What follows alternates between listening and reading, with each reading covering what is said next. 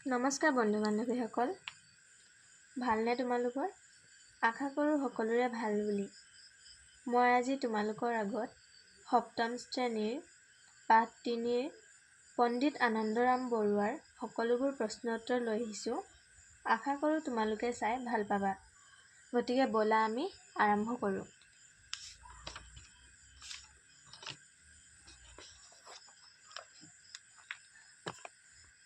পোনপ্ৰথমে ইয়াত তোমালোকক ১ নম্বৰত দিছে পাঠটো শুদ্ধ আৰু স্পষ্টকৈ পঢ়া। তোমালোকে পাঠটো শুদ্ধ আৰু স্পষ্টকৈ পঢ়িবা। ২ নম্বৰত দিছে উত্তৰ দিয়া। ২ নম্বৰৰ কটো চোৱা, আনন্দৰাম বৰুৱাৰ জন্ম ক'ত হৈছিল? তোমালোকে উত্তৰটো এইদৰে লিখিবা।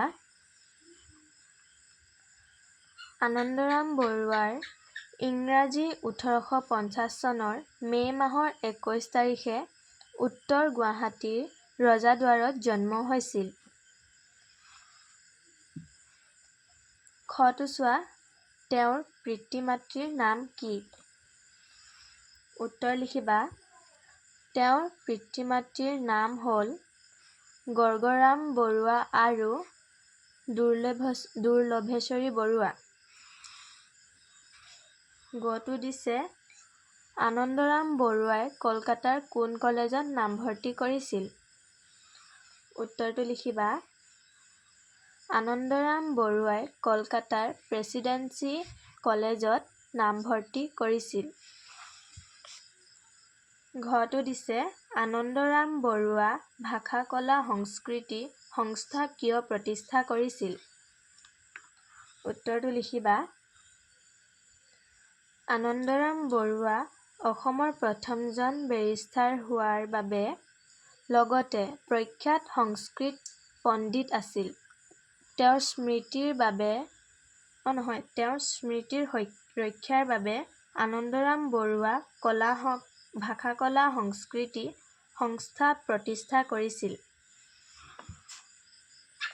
৩ নম্বৰত দিয়া হৈছে ABILAC সম্পূৰ্ণ নামটো ইংৰাজী আৰু অসমীয়াত লিখা। তোমালোকে উত্তৰটো লিখিবা। ABILACৰ ইংৰাজী সম্পূৰ্ণ নামটো হ'ল Anandaram Barua institute of language art and culture Assam. তাৰপাছত লিখিবা ABILACৰ অসমীয়া সম্পূৰ্ণ নামটো হ'ল আনন্দৰাম বৰুৱা ভাষা কলা সংস্কৃতি সংস্থা। তোমালোকক এতিয়া ৪ নম্বৰত দিছে তলত দিয়া পুথিসমূহৰ পৰা আনন্দৰাম বৰুৱাই ৰচনা কৰা পুথিসমূহ বাছি উলিয়াই লিখা। মই ইয়াত চিন দি দিছোঁ, তোমালোকে বহীত লিখি ল'বা। প্ৰথমে লিখিবা প্ৰাচীন ভাৰতৰ ভূগোল, তাৰপাছত ভৱভূতিৰ মহাবীৰ চৰিত, উচ্চ সংস্কৃত ব্যাকৰণ, সৰস্বতী কণ্ঠাভৰণ, সংস্কৃত ভাষাৰ বৃহৎ ব্যাকৰণ।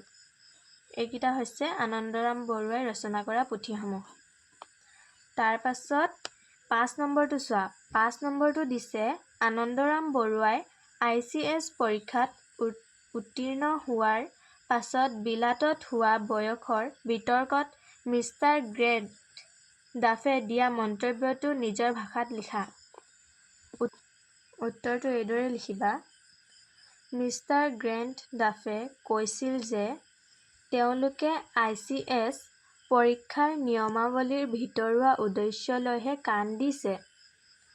আনন্দৰাম বৰুৱাই সুদূৰ ব্ৰহ্মপুত্ৰ উপত্যকাৰ পৰা আহি ইমান প্ৰতিযোগীৰ মাজত সুখ্যাতিৰে উত্তীৰ্ণ হৈছে।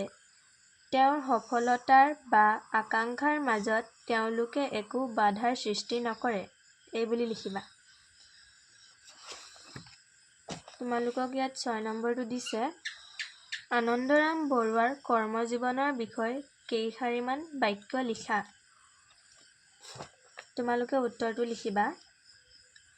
আনন্দৰাম বৰুৱাই পোনপ্ৰথমে শিৱসাগৰ জিলাত সহকাৰী মেজিষ্ট্ৰেট হিচাপে যোগদান কৰে। তাৰ পাছত তেখেতে ময়মনসিংহ জিলাৰ সহকাৰী মেজিষ্ট্ৰেট আৰু কালেক্টৰ হিচাপে নিযুক্তি লাভ কৰে। 1884 চনত নোয়াখালী জিলাৰ মেজিষ্ট্ৰেট হিচাপে নিযুক্ত হয়।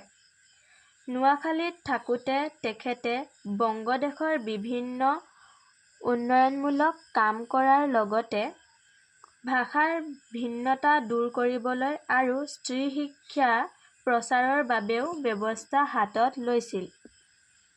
এইখিনি মই চমুকৈ লিখি দিছোঁ, তোমালোকে পাৰিলে নিজে নিজে বহলাই লিখিবা। তোমালোকক ইয়াত 7 নম্বৰটো দিছে, ক অংশত থকা শব্দৰ লগত খ অংশত থকা অৰ্থবোৰ আঁচ টানি মিলোৱা। মই ইয়াত আঁচ টানি দিছোঁ, তোমালোকে মিলাই ল'বা। ক অংশৰ লগত খ অংশ মিলোৱা। প্ৰথমটো দিছে অধ্যৱসায়, নেৰানেপেৰাকৈ লাগি থকা কাৰ্য। তাৰপাছত দিছে মন্থন, মথা বা ঘোটা কাৰ্য। সুখ্যাতি, সুনাম বা যশস্যা। জাকত জিলিকা, অতি শুৱনি, বহুতৰ মাজত চকুত পৰা। অৱদান, বৰঙণি বা অৰিহণা। সংকল্প, কোনো কাম কৰিবলৈ দৃঢ় ইচ্ছা। অপ্ৰত্যাশিত, আশা নকৰা।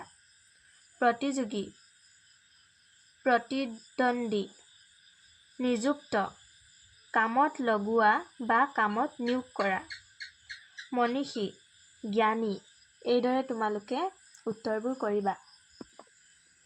8 নম্বৰ প্ৰশ্নটো তোমালোকক দিছে, দলত ভাগ হৈ পাঠটো পঢ়া। পাঠৰ পৰা অতীত কালৰ ক্ৰিয়াপদকেইটা বাছি উলিয়াই লিখা। 8 নম্বৰৰ প্ৰশ্নৰ উত্তৰটো তোমালোকক দলত ভাগ হৈ কৰিব কৈছে, গতিকে তোমালোকে দলত ভাগ হৈ আলোচনা কৰিবা। 9 নম্বৰ প্ৰশ্নটো দিছে, খালী ঠাই পূৰ কৰা। ক দিছে, কালি মই গুৱাহাটীলৈ তোমালোকে লিখিবা, কালি মই গুৱাহাটীলৈ গৈছিলোঁ।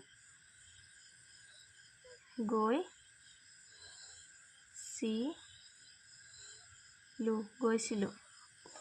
খটো দিছে, কাইলৈ আমাৰ ঘৰলৈ ৰমেন তোমালোকে লিখিবা, কাইলৈ আমাৰ ঘৰলৈ ৰমেন আহিব।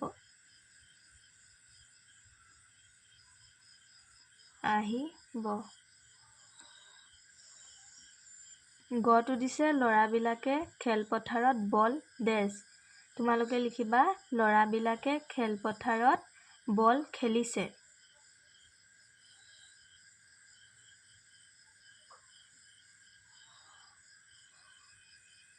বল খেলিছে।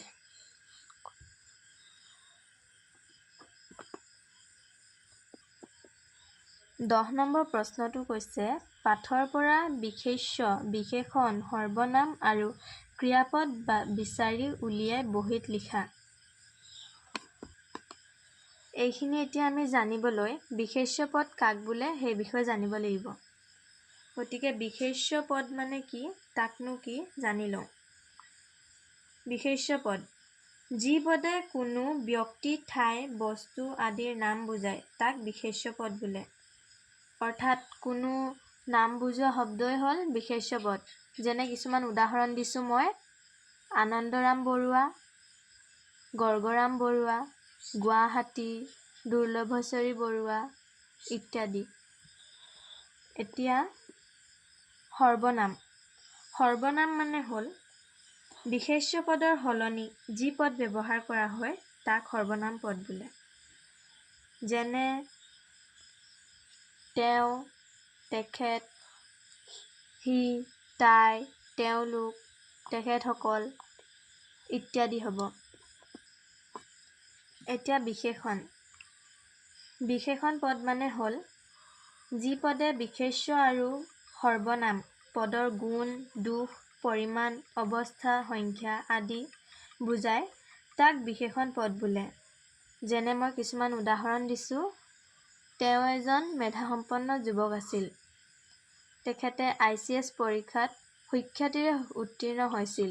এইদৰে তোমালোকে ভালদৰে পাঠটো পঢ়ি বিশেষ্য, বিশেষণ আৰু সৰ্বনাম পদ বাছি উলিয়াবা।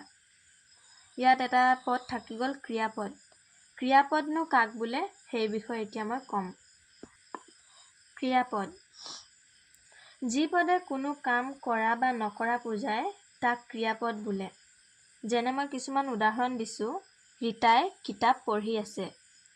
ৰমনহঁতে পথাৰত খেলি আছে। এইদৰে তোমালোকে পাঠটো ভালদৰে পঢ়ি বিশেষ্য, বিশেষণ, সৰ্বনাম আৰু ক্ৰিয়াপদবোৰ বাছি উলিয়াই লিখিবলৈ চেষ্টা কৰিবা। আজিৰ প্ৰশ্নৰ উত্তৰ ইমানখিনিয়ে আছিল। আজিলৈ আহোঁ। ধন্যবাদ। আপোনালোকৰ যদি মোৰ প্ৰশ্নৰ উত্তৰসমূহ চাই ভাল লাগে তেন্তে লাইক, ছাবস্ক্ৰাইব কৰিব আৰু বেল আইকনটো ক্লিক কৰি ৰাখিব।